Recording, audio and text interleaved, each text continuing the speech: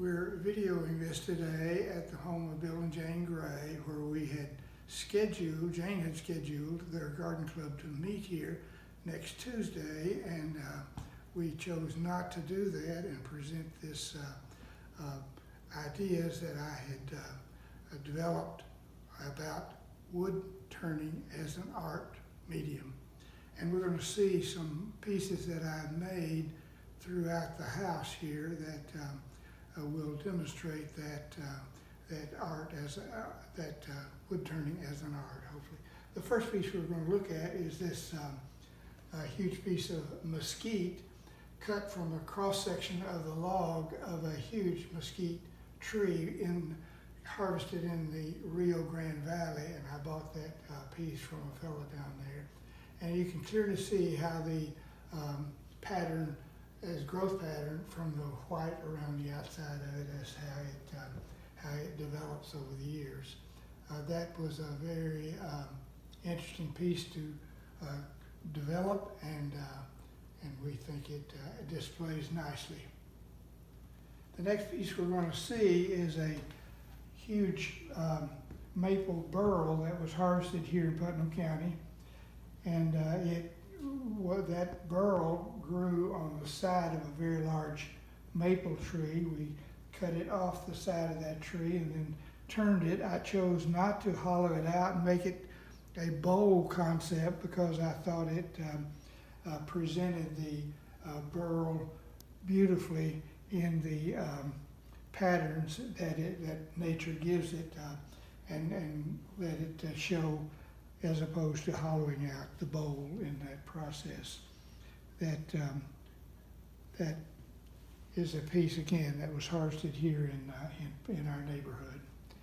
The next piece we're going to look at is a recent piece that I did, and I've done several of these here lately, and this particular piece I chose to create it in such a way that it would display from either side and hopefully illustrate or give you the idea of the sun and the moon. And that's primarily maple again, and this painting would hopefully accentuate the idea of the moon and sun. This piece is again a piece of maple that was fairly recently created, and you'll see this frequently in some of the turnings that I do, where I'll use a product called Inlace to fill a void in the wood and create a little different image and look in the piece. That Inlace is malleable and able to be worked and used to fill those voids like that. So again, a piece of maple.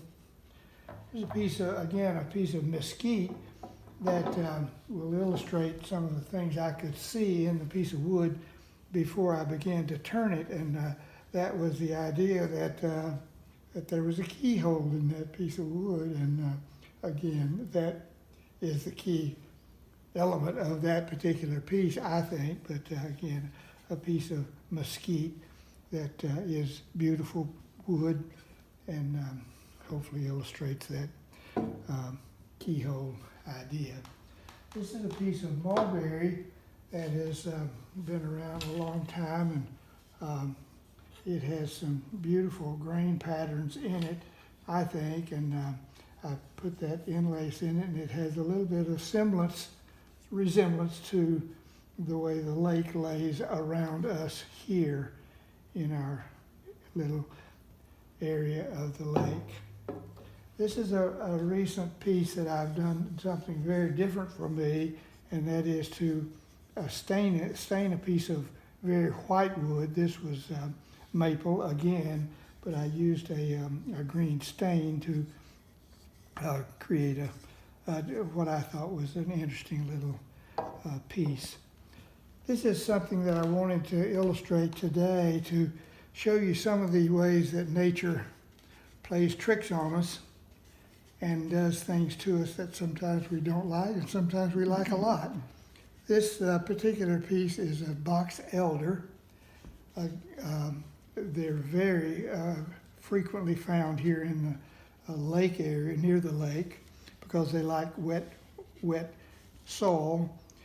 You'll see this red that develops over the course of this tree's life, and it develops because there's a bug that gets in this tree, and you can see the pockmarks throughout here that cause this tree to stress.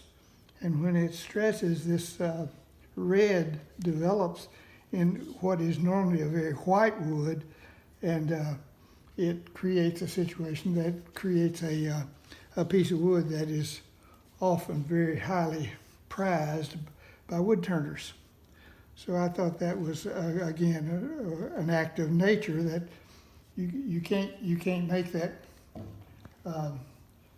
take that wood and paint it in any way and make it look like that at all. But here's a piece that has an interesting story behind it. Friends of ours up in Jackson County, Dave and Pat Campbell, said to me in Sunday school class one day, we have a root that was dug up in some reworking of soil, a garden area that they were doing, and you might want to try to make something of it. It was in elongated root. These roots came out this way, and so I took the piece and I thought I could see a whale there. So I added this dorsal fin that's not in the original piece, and that came out smooth here. So I created that tail again from another piece of wood and glued it into place, and gave it a rather realistic looking whale, in my judgment at any rate. I've had a lot of fun and enjoyment out of sharing that with lots of folks. So that's our whale. Here's a piece that I did at a class I took from Brad Sells. Most of you will know Brad Sells, of course, here in Cookeville. And that's a piece of madrone root ball, actually, from California. And we took that piece and began to carve it. This has never been on the lathe or turned in any way, but pure hand carving, as again Brad teaches and often does. And it created a piece that I think is quite nice. Jane uses it to display some ceramic apples, green apples actually, but I thought that piece was worthy of calling it art. So then we have the last piece today that we're going to look at is a recent piece that I have created. I've done several of these recently.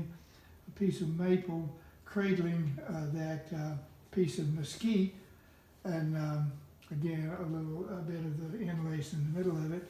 Our friend Armand Bissell helped me with the metal that the feet and these cradles that the piece fits in, and we think it makes a fairly dramatic piece of art.